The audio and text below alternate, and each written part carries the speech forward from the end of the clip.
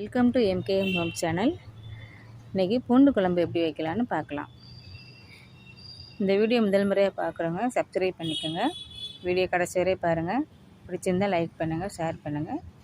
இது சின்ன வெங்காயமும் பூண்டும் போட்டு பூண்டு குழம்பு வைக்கிறது ரொம்ப நல்லாயிருக்கும், அருமையாக இருக்கும். அதுக்கு முதல்ல பொடி பண்ணுறதுக்கு வறுத்துக்குவோம். கடலைப்பருப்பு கொஞ்சம், சீரகம், வெந்தயம் இதெல்லாம் போட்டு வறுத்துக்கலாம்.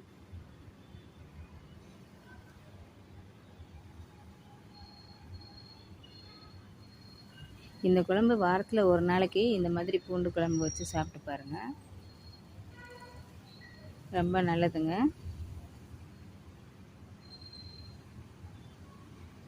நல்லா வறுத்துக்கலாம். இப்போ தனியாக கொஞ்சம் போட்டு வறுத்துக்கலாங்க.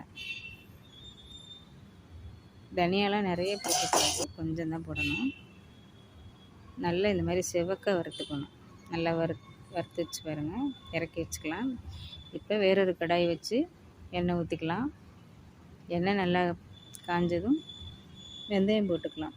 ஏன்னா நம்ம ஏற்கனவே பொடியில் வெந்தயம் கொஞ்சம் போட்டிருக்கோம், அதனால் கொஞ்சமாக போட்டுக்கலாம். வெந்தயம் போட்டு கருவேப்பிலை பொரிய விட்டுக்கலாம். கருவேப்பிலை நல்லா பொரிஞ்சதும் பூண்டு போட்டுக்கலாம். பூண்டு எவ்வளோ நிறைய போட்டாலும் குழம்பு நல்லாயிருக்கும். எவ்வளோ வேணாலும் போட்டுக்குங்க, உங்களுக்கு தேவையான அளவு போட்டுக்கிறங்க. இப்போ பூண்டு நல்லா செவக்க வந்துருச்சு. சின்ன வெங்காயத்தை போட்டு வறுத்துக்கலாம். ரெண்டாக கட் பண்ணி போட்டுக்கலாம் வெங்காயத்தை.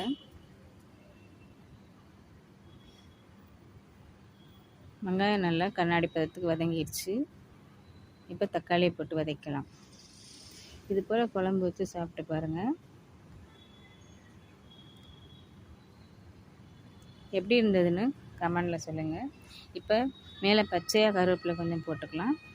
மூடி வச்சுக்கலாம். மூடி வச்சா தக்காளி வந்து நல்லா சீக்கிரமாக வெந்து வந்துடும், கொலைய வேகும். பாருங்கள், நல்லா இந்த ஸ்டேஜ் வெந்துருச்சு பாருங்கள். இப்போ மிளகாத்தூள் போட்டுக்கலாங்க. வீட்டு மிளகாத்தூள் 2 ஸ்பூன் நான் போட்டிருக்கேன்.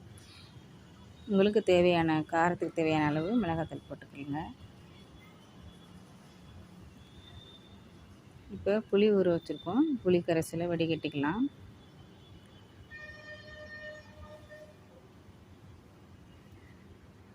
உப்பு போட்டுக்கலாங்க, தேவையான அளவு உப்பு போட்டுக்கிறோங்க. இப்போ சுற்றி எண்ணெய் பிரிஞ்சு குழம்பு ரெடியாகி வந்துருச்சு பாருங்கள். இப்போ நம்ம வறுத்து அரைச்சி வச்சுருக்க பொடியை போட்டுக்கலாம். மேல் பொடின்னு சொல்கிறது பாருங்கள். குழம்பு எவ்வளோ திக்காக வந்துச்சு பாருங்கள். அப்படியே அள்ளி வச்சு சாப்பிடணுங்க, ரொம்ப நல்லாயிருக்கும். பாய். இது போல் குழம்பு வச்சு சாப்பிட்டு பாருங்கள், கமெண்டில் சொல்லுங்கள்.